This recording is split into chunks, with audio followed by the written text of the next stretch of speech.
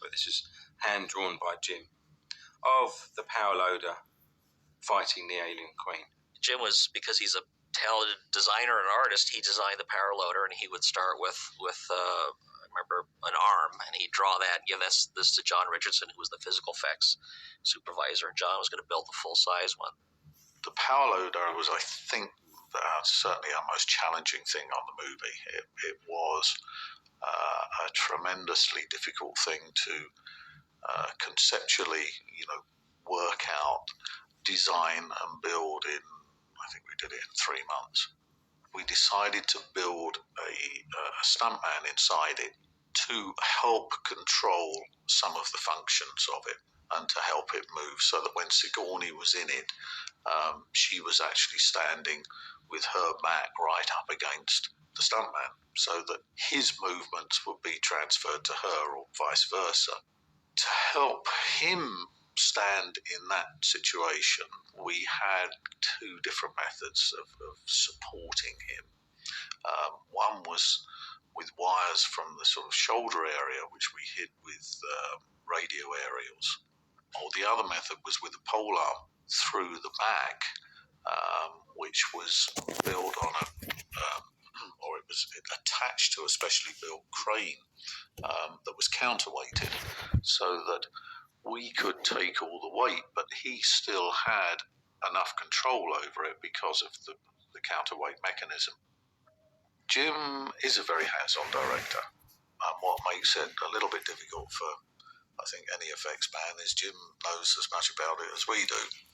The problems tended to come when we started to actually build things, and particularly with a power loader. I mean, we'd be trying to cut as many corners as we can just to get it ready in time. But Jim would suddenly get locked in on the shape of the screw head in the back corner of the heel of the boot, and we were just screaming to get the thing ready. So from that point of view, I think we had some interesting times. I mean, certainly for a month or so. I seem to remember once or twice on a Friday night, a bottle of champagne would turn up in the workshop with a little note from Jim saying, "Building power loaders is thirsty work, have one on me," and it sort of smoothed everything out until we started again Monday. But they were good times. You have to be pretty careful about security in a closed set. What closed set? I don't see a closed set. You can't come in here. Back. It's a closed set. Everyone's a comedian. Sorry, I can't help it. I'm behind the camera all the time. I don't get to have any fun. Cut. Let's try it again.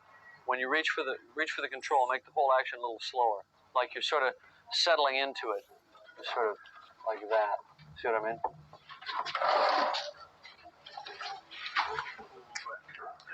Yeah, let's pull back.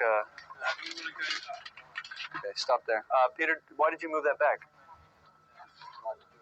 No. Put it back in. I didn't ask for that to be moved. Roll camera. You ready, David? And action, Nigel. It always stuck in my mind, and it still does today, the sequence when we actually shot it on stage at Pinewood of the power loader we built and seeing the alien queen that Stan Winston had built fighting. And it was just what Jim had drawn some 18 months, maybe 2 years previously.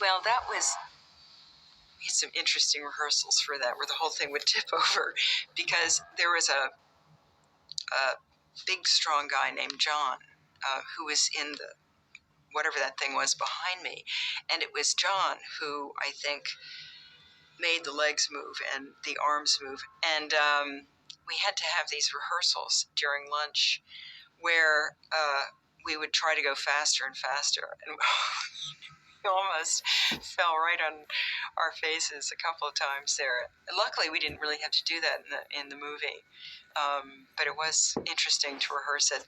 I love that. And that's, I think, one of the favorite moments people have is that battle. Get away from her, you bitch. Get away from her, you bitch! There was one instance where we, unbeknownst to anyone, strapped a balloon to Sigourney's saddle, connected to an air pipe. So whenever she sat on the saddle, we could pump the balloon up, and she was wondering what the hell John was doing behind her with this movement going on from the saddle. Yeah. Well, I'm not sure who, I guess it was John, the guy in back, who blew up this balloon behind me in a certain area while we were shooting one of the big scenes. And I remember, what's happening back there? She thought he was getting a boner all the time. She goes, John, what are you doing, John? Because she couldn't move because she's strapped in. And he didn't know because he was nowhere to be seen because he was behind all this black.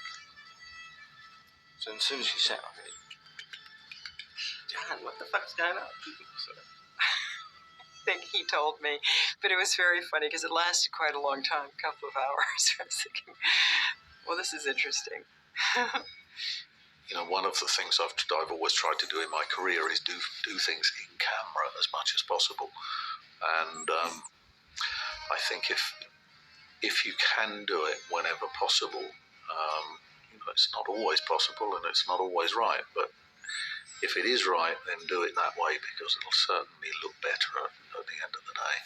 And the whole thing came together and worked very pleasingly well, I seem to remember.